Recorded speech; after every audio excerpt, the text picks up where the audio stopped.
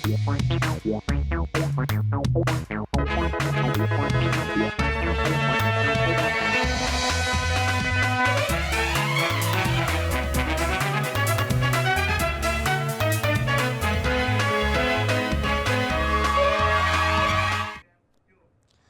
आप देख रहे हैं राष्ट्रीय समाचार और मैं हूं आपके साथ प्रिया पांडे। आइए एक नजर डालते हैं आज की हेडलाइंस पर।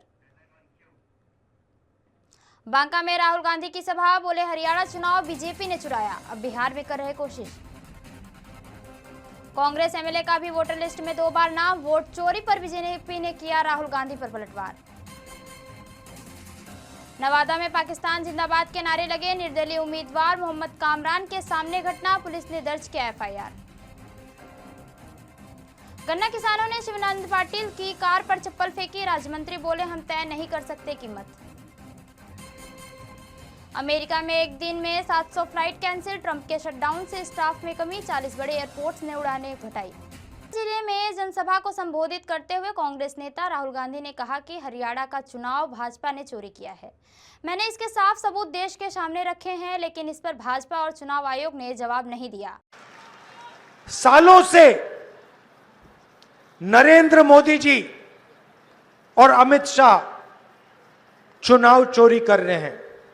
पहले हमें सबूत नहीं था तो हम बोलते नहीं थे, अब हमारे पास ब्लैक एंड व्हाइट में आंकड़ों के साथ हाथ में सबूत है,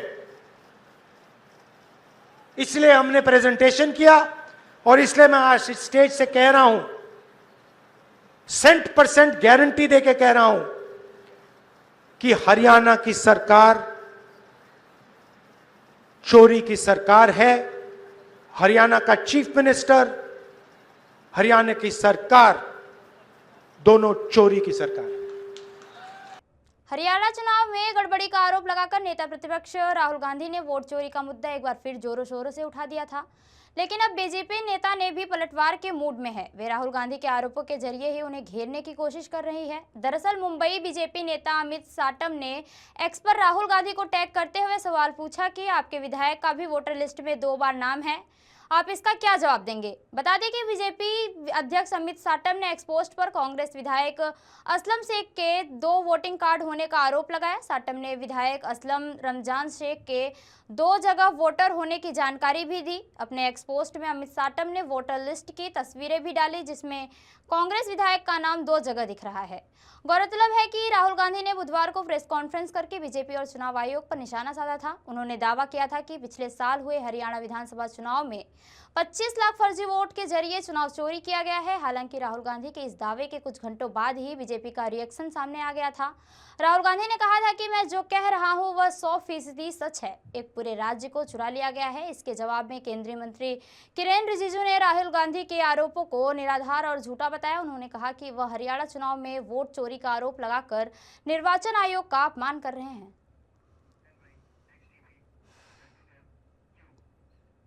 नवादा के रोह थाना क्षेत्र से एक विवादित वीडियो सोशल मीडिया पर तेजी से वायरल हो गया है, जिसमें चुनाव प्रचार के दौरान पाकिस्तान जिंदाबाद के नारे लगाए जाने का दावा किया जा रहा है। वीडियो सामने आते ही प्रशासन हरकत में आ गया है और मामले की जांच शुरू कर दी गई है। घटना निर्दलीय प्रत्याशी मोहम्मद कामरान के प्रचार कार्यक्रम की बताई जा रही है। वायरल वीडियो में कुछ लोग नारेबाजी करते दिखाई दे रहे हैं। हालांकि पुलिस ने कहा कि वीडियो की सत्यता की जांच की जा रही है, ताकि यह स्पष्ट हो सके कि वास्तव में क्या नारा लगाया गया था। इस मामले में अंचल अधिकारी निभा कुमारी, जो विधानसभा चुनाव 2025 में एफएसटी फ्लाइंग स्क्वाड टीम में प्रतिनियुक्त थी, उन्होंने रोह थाना में लिखित आवेदन दिया है। उन्होंने बताया कि वायरल वीडियो में निर्दलीय प्रत्याशी मोहम्मद कामरान अपने समर्थकों के साथ बिना अनुमति के जुलूस निकालते दिखाई दे रहे हैं। इस दौरान कुछ अज्ञात लोगों द्वारा पाकिस्तान जिंदाबाद के नारे लगाए गए, जो कि आदर्श आचार संहिता का उल्लंघन करता है। इसके बाद पुलिस ने रोह थाना कांड संख्या 376-25 के तहत मामला दर्ज कर लिया है। कर्नाटक में प्रदर्शनकारी गन्ना किसानों ने कथित तौर पर राज्य मंत्री शिवानंद पाटिल की कार पर चप्पल फेंक दी। वह 6 नवंबर को बेलगावी में प्रदर्शन कर रहे किसानों से बात करने पहुंचे थे। जब वहां लौटने लगे तो कथित तौर पर उनकी कार के ऊपर चप्पल फेंक दी गई। किसान गन्ने के लिए अधिक कीमत की मांग को लेकर विरोध प्रदर्शन कर रहे हैं। शुक्रवार को उनके प्रदर्शन का 9वां दिन है। मुख्यमंत्री सिद्धरमैया ने भी इस मुद्दे को सुलझाने के लिए किसानों और गन्ना मिल के मालिकों के साथ मीटिंग की है। कर्नाटक के मंत्री शिवानंद पाटिल ने बेलगावी में प्रदर्शनकारी किसानों से मुलाकात की। राष्ट्रीय राजमार्ग की संभावित नाकेबंदी की खबरों पर प्रतिक्रिया व्यक्त करते हुए मंत्री शिवानंद पाटिल ने कहा, मैं यहां अपील करने आया हूं स्थिति को और न बिगाड़ने। गन्ने की कीमतें तय करने का अधिकार राज्य सरकार के पास नहीं है, यह केंद्र सरकार के अधिकार के क्षेत्र में है। उचित और लाभकारी मूल्य एफआरपी केंद्र द्वारा तय किया जाता है। केंद्रीय चीनी मंत्री जो हमारे राज्य से हैं, उन्होंने अभी तक कोई पहल नहीं की है। इस मुद्दे को सुलझाने का अधिकार और जिम्मेदारी केंद्र सरकार के पास है।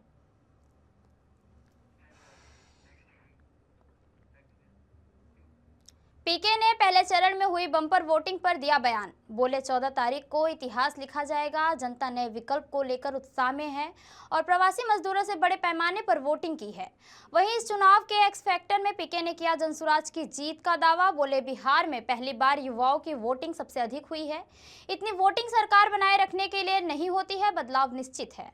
सालों में नहीं, आज़ादी के बाद बिहार में हुए चुनाव में ये सबसे ज़्यादा वोटिंग परसेंटेज है। ये दो बातों को दिखाता है। पहला कि जो बात हम लोग पिछले कई महीनों से, बल्कि मैं 1-2 साल से कह रहा हूँ कि बिहार में 60% से ज़्यादा जनता बदलाव चाहती है और पिछले 25-30 साल से जो राजनीतिक विकल्प के अभाव में एक तरह से धीरे धीरे राजनीति को लेकर, चुनाव को लेकर उदासीनता बन गई थी, विकल्प नहीं था लोगों के पास। अब जनसुराज के आने से उनको एक नया विकल्प मिला है और बढ़ा हुआ जो वोटिंग परसेंटेज है वो दो बातों को दिखाता है। एक कि लोगों को एक नए विकल्प को देखकर उत्साह रहा है और बड़े पैमाने पर वोटिंग हुई है, बदलाव के लिए वोटिंग हुई है। और दूसरी बात, जो बड़े प्रवासी मजदूर हैं जो बहुत बड़ी संख्या में छठ के बाद रुके हुए हैं, उन्होंने अपना और अपने परिजनों का, अपने मित्रों का जो वोट कराया है, उसने सबको सरप्राइज किया है। जदयू के कार्यकारी राष्ट्रीय अध्यक्ष और राज्यसभा सांसद संजय झा ने मतदान प्रतिशत में बढ़ोतरी पर कहा कि 2005 में अधिक मतदान हुआ है, उससे अधिक 2010 में इंडिया के पक्ष में हुआ और आज 2025 में एनडीए के पक्ष में भरपूर मतदान हो रहा है। महिलाएं घर से निकल रही हैं और नीतीश कुमार के कार्यों पर वोट कर रही हैं। हम लोगों ने कल रात तक प्रत्याशियों से जो रिपोर्ट लिया है, उससे साफ जाहिर हो रहा है कि हम लोग बड़े अंतर से जीत रहे हैं। प्रियंका गांधी ने कहा कि 20 वर्षों में महिलाओं के लिए कुछ नहीं किया और आप चुनावी रिश्वत दे रहे हैं। इस पर संजय झा ने कहा कि यह प्रियंका गांधी है कौन? यह बिहार आती हैं और फोटो खिंचवा कर चली जाती हैं। बिहार के बारे में क्या जानती हैं? देश में बिहार का एक ऐसा राज्य है जहां महिलाओं के लिए सशक्तिकरण के लिए काफ़ी कार्य के लिए बनाया गया है। ऐसे बयान देंगी तो एक जो सीटें जो जीतेंगी वो भी हार जाएंगी। बिहार में जो यह मौन क्रांति आई है, यह नीतीश कुमार की देन है और यह महिलाओं को गाली दे रहे हैं। क्या जमीन के बदले पैसा दिया जा रहा है? महाराष्ट्र के मंत्रालय परिसर में आज वंदे मातरम के गौरवशाली इतिहास को याद करते हुए राष्ट्रीय गीत की 185वीं वर्षगांठ मनाई गई है। इस मौके पर आयोजित विशेष कार्यक्रम में मुख्यमंत्री देवेंद्र फडणवीस ने रोजगार मंत्री मंगल प्रभात लोढ़ा और सांस्कृतिक मंत्री आशीष शेलर सहित मंत्रालय के सैकड़ों कर्मचारी शामिल हुए। मुख्यमंत्री फडणवीस ने कहा कि वंदे मातरम हमारे स्वाभिमान और एकता का प्रतीक है और हमें एक विकसित भारत के निर्माण के लिए इस भावना से आगे बढ़ना होगा।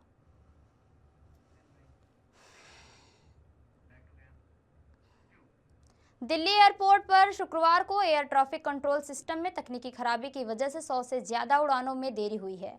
गुरुवार शाम से ही तकनीकी खराबी के कारण एयर कंट्रोलर्स को फ्लाइट का शेड्यूल नहीं मिल पा रहा है। एयर ट्रैफिक कंट्रोलर्स मैन्युअली काम कर रहे हैं। रिपोर्ट्स के मुताबिक automatic message switch system AMSS में गड़बड़ी आ गई है। यह प्लेन के शेड्यूल यानी टेक ऑफ और लैंड की जानकारी देता है। ATC के अधिकारी पहले से मौजूद डेटा के साथ मैन्युअली फ्लाइट शेड्यूल तैयार कर रहे हैं। इसके चलते कई फ्लाइट्स 50 मिनट तक देरी से उड़ी।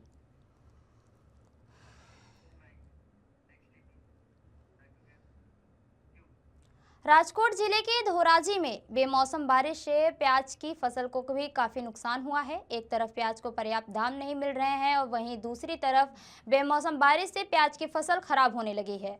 धोराजी पंथक में मावठे ने मुसीबत खड़ी कर दी है। मावठे के कारण किसानों को लाल पानी से कराहना पड़ रहा है। मानसून से हुई अत्यधिक बारिश के कारण कपास, मूंगफली, सोयाबीन जैसी फसलों को भारी नुकसान हुआ था और बाद में किसानों ने दोबारा फसल उगाई और उपज ली और जब फसल तैयार हुई तो मुआवजे के रूप में हुई बारिश ने किसानों की फसलों को पानी में डुबो दिया और उन्हें भारी नुकसान उठाना पड़ा, खासकर उन किसानों को जिन्होंने अच्छे दामों की उम्मीद में प्याज की फसल लगाई थी। लेकिन बेमौसम बारिश ने किसानों की मेहनत पर पानी फेर दिया है।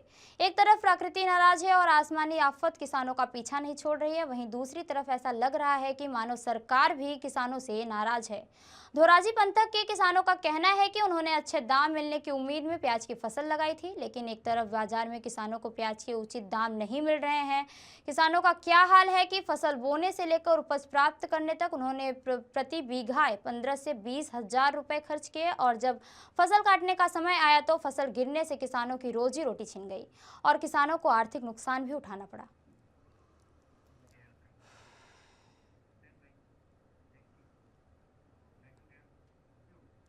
सूरत के वराछा इलाके में अवैध गर्भ परीक्षण का खुलासा हुआ है। सूरत महानगर पालिका के स्वास्थ्य विभाग ने गुप्त सूचना के आधार पर शिवाय हॉस्पिटल में रेड मारकर इस पूरे रैकेट का पर्दाफाश किया है। यह कार्रवाई सूरत पालिका के स्वास्थ्य विभाग द्वारा की गई है, जहां गर्भ परीक्षण जैसी गैर कानूनी गतिविधियों को अंजाम दिया जा रहा था। छापेमारी के दौरान टीम ने मौके से डॉक्टर, फार्मासिस्ट और एक निजी व्यक्ति को हिरासत में लिया है। पालिका की टीम ने वराछा पुलिस थाने में शिकायत दर्ज करवाई है और पुलिस ने आगे की कार्रवाई शुरू कर दी है। जानकारी के मुताबिक इस गिरोह में शामिल एक युवती भी अब फरार है, जिसे पुलिस ने वांटेड घोषित कर दिया है। सूरत के डीसीपी आलोक कुमार ने कहा, हमने वराछा इलाके में चल रहे अवैध गर्भ परीक्षण में रैकेट का भांडाफोड़ किया है। इस मामले में 3 लोगों को गिरफ्तार भी किया गया है और एक महिला के आरोपी की तलाशी भी जारी है। यह प्रक्रिया एक कानून अपराध है और इस पर कड़ी सजा का प्रावधान भी है। आइए जानते हैं सूरत शहर के डीसीपी आलोक कुमार ने क्या कहा।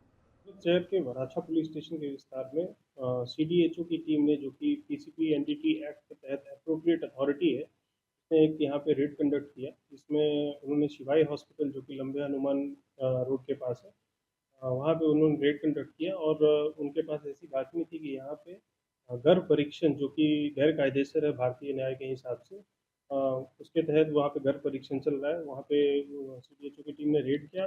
फिलहाल इसमें 3 लोग इसमें गिरफ्तार हो चुके हैं। वराछा पुलिस स्टेशन में एक एफआईआर दाखिल हुई है एनडीटी एक्ट के तहत और इसमें हम जो मशीन की रिकवरी है जिससे ये गर्भ परीक्षण हो रहा था, वो अभी रिकवर नहीं हुई है। वो मशीन की रिकवरी करने का प्रयास हम कर रहे हैं। सूरत से 9 महीने पहले वीर नर्मद दक्षिण गुजरात यूनिवर्सिटी एक कर्मचारी की फर्जी हस्ताक्षर का इस्तेमाल कर एथलेटिक्स ट्रैक का उपयोग करने का मामला सामने आया था। अब उसी निजी स्पोर्ट्स एकेडमी को दोबारा एथलेटिक्स ट्रैक इस्तेमाल करने की अनुमति दे दी गई है। इससे यह सवाल उठ रहा है कि आखिरकार सरकारी संपत्ति का बार बार दुरुपयोग करने वाले को कैसे फिर से अनुमति मिल रही है। जानकारी के अनुसार उस एकेडमी के कोच ने महीनों तक नकली रसीदों के जरिए ट्रैक का अनधिकृत उपयोग किया था और झूठी सहियों से बोगस आई कार्ड बनवाए थे। इस पूरी घटना ने वीर नर्मद दक्षिण गुजरात यूनिवर्सिटी की साख पर सवाल खड़े कर दिए हैं और एक बार फिर यूनिवर्सिटी की प्रशासन की कार्यप्रणाली पर उंगली उठी है।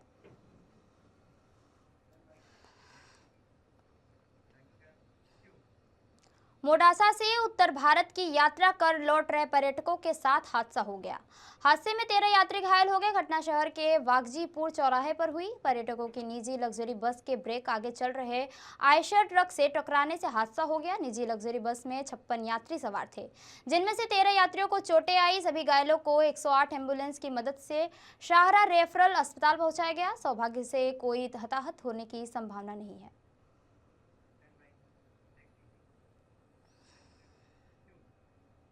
सूरत महानगर पालिका के सेंट्रल जोन में लापरवाह प्रशासन की वजह से एक और दर्दनाक हादसा हुआ। भंडारीवाड़ होडी बांग्ला स्कूल के पीछे सैयदपुर इलाके में कुछ दिन पहले एक युवक पर आवारा हिंसक कुत्तों ने झुंड ने हमला कर दिया था। युवक जान बचाने के लिए भागा, लेकिन गिरने से गंभीर रूप से घायल हो गया। इलाज के दौरान उसे ब्रेन हेमरेज हुआ है और आखिरकार आज उसकी मौत भी हो गई। मृतक की पहचान इब्राहिम उर्फ एजाज अहमद अंसारी के निवासी सैयदपुरा सूरत के रूप में हुई है। पूरा इलाका इस घटना में स्तब्ध है और लोग सूरत महानगर पालिका के अधिकारियों के खिलाफ आक्रोश जता रहे हैं। स्थानीय लोगों का कहना है कि नगर पालिका की लापरवाही के कारण कुत्तों का आतंक बढ़ता जा रहा है और अब यह एक और परिवार के लिए जीवन का सबसे बड़ा दुख बन गया है।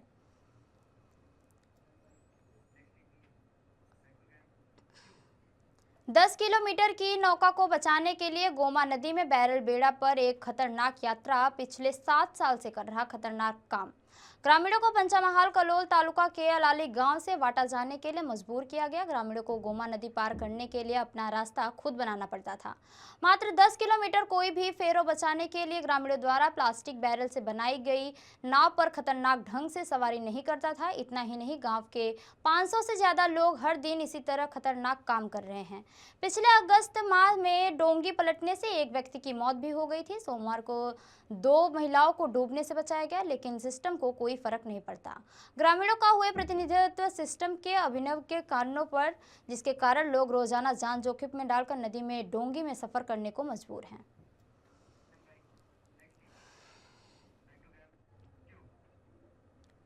अरवली में पुलिसकर्मियों का तबादला। जिले में कार्यरत 97 पुलिसकर्मियों के तबादले के आदेश जनहित में सभी पुलिसकर्मियों का स्थानांतरण कर दिया गया है।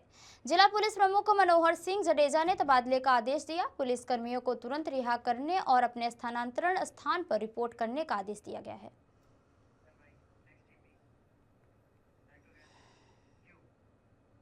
नागपुर में कांग्रेस विधायक दल के नेता विजय वट्टीवार ने एक बार फिर सरकार को घेरते हुए पुणे के जमीन घोटाले को लेकर बड़ा आरोप लगाया है। वट्टीवार ने कहा कि महाराष्ट्र के उप मुख्यमंत्री अजित पवार के बेटे पार्थ पवार की कंपनी ने 1800 करोड़ रुपए की बाजार कीमत वाली जमीन सिर्फ 300 करोड़ रुपए में खरीद ली है, जो एक बड़ा घोटाला है। उन्होंने बताया कि यह जमीन खरीदी ही नहीं जा सकती थी क्योंकि इसका टाइटल क्लियर नहीं है। 2020 तक मूल मालिक के नाम ट्रांसफर ऑर्डर दिए गए हैं। ऐसे में इस जमीन का व्यवहार करना ही गलत है। वट्टीवार ने कहा कि अमीडिया होल्डिंग्स एमएलपी, जिसमें पार्थ पवार निदेशक है, यह जमीन आईटी पार्क और डेटा सेंटर के नाम पर दी गई है। कुछ ही घंटों में इस कंपनी के लिए 21 करोड़ रुपए का स्टाम्प ड्यूटी माफ कर दी गई। वट्टीवार ने आरोप लगाया है कि यह लेन देन पूर्णतः अवैध है और इसमें रजिस्ट्रार ऑफिस से लेकर राजस्व विभाग तक सबकी मिलीभगत रही है। उन्होंने मांग की है कि पार्थ पवार और उनके पार्टनर की कंपनी पर 420 का मामला दर्ज किया जाए, जमीन का व्यवहार रद्द किया जाए और मूल मालिक को जमीन वापस दी जाए। वट्टीवार ने सवाल उठाया कि पारदर्शी शासन का दावा करने वाली सरकार अभी इस मामले में क्या कार्रवाई करेगी। क्या मुख्यमंत्री देवेंद्र फडणवीस इसे अनदेखा करेंगे या फिर न्यायपूर्ण कार्रवाई करेंगे? आइए आपको सुनाते हैं विजय वट्टीवार ने क्या कहा। ये करीबन 1800 करोड़ का घोटाला है। ये जमीन महार वतन की जमीन है।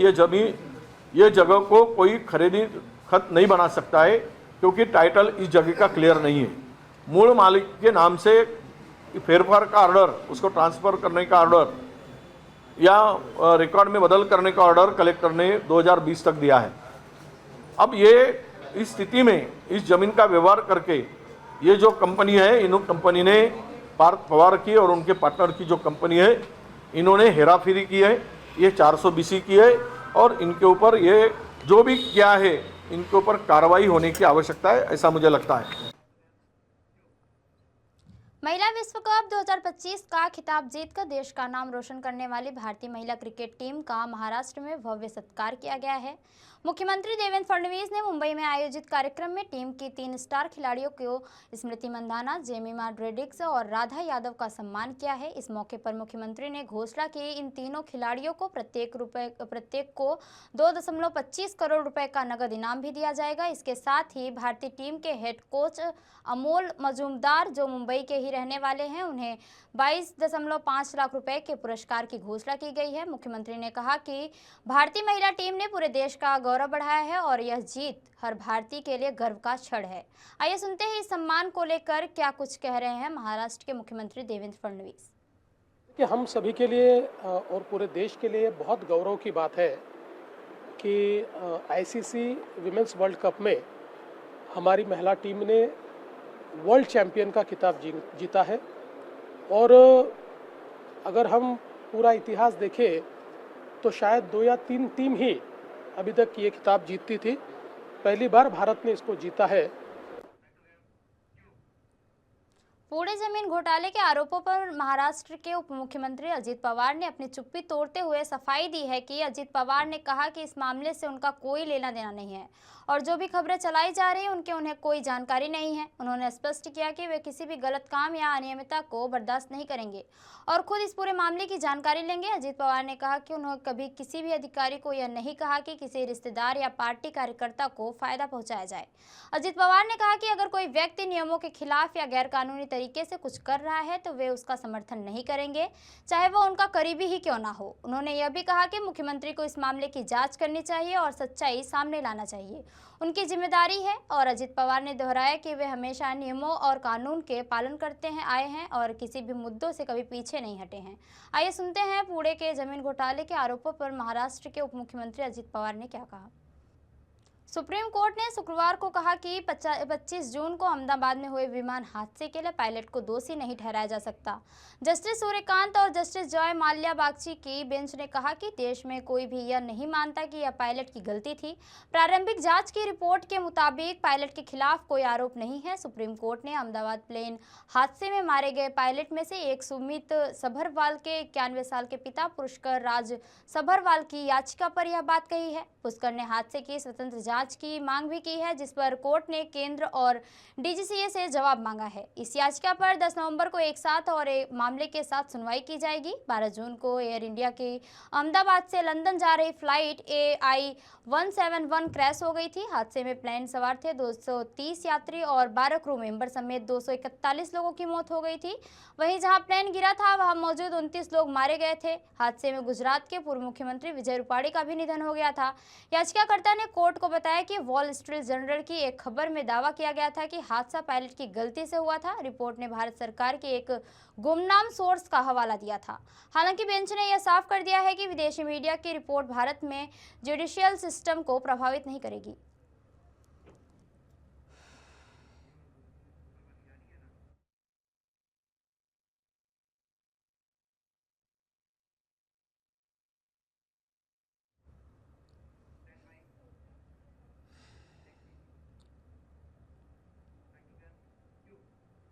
सूरत से एक चौंकाने वाला मामला सामने आया है। शहर की एक होटल का वीडियो सोशल मीडिया पर तेजी से वायरल हो रहा है। जानकारी के अनुसार होटल के रेस्टोरेंट में भोजन करने आए एक गेस्ट को वेज डिश की जगह नॉन-वेज डिश परोस दी गई थी, जिसके बाद होटल के स्टाफ और गेस्ट के बीच विवाद हो गया। गेस्ट ने होटल का बिल और परोसी गई नॉन-वेज डिश का वीडियो बनाकर सोशल मीडिया पर पोस्ट कर दिया।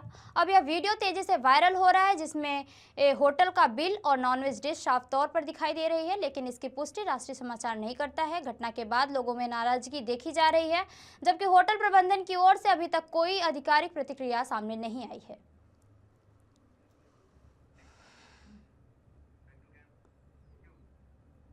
सूरत शहर में आग की घटनाएं लगातार बढ़ती जा रही हैं। आज फिर एक बड़ी आग की घटना सारोली के कुबेरजी टेक्सटाइल वर्ल्ड मार्केट से सामने आई है। जानकारी के अनुसार मार्केट की 10वीं मंजिल पर स्थित एक कपड़े की दुकान में अचानक आग भड़क उठी। देखते ही देखते आग ने भयावह रूप भी ले लिया और पूरे परिसर में अफरा तफरी का माहौल मच गया। घटना की सूचना मिलते ही फायर ब्रिगेड की 10 से अधिक गाड़ियां मौके पर पहुंची और आग पर काबू पाने का प्रयास शुरू किया गया। फिलहाल आग पर नियंत्रण पाने की कोशिश जारी है। सौभाग्य से अब तक किसी जनहानि की खबर नहीं मिली है, लेकिन लाखों रुपए के नुकसान की आशंका जताई जा रही है।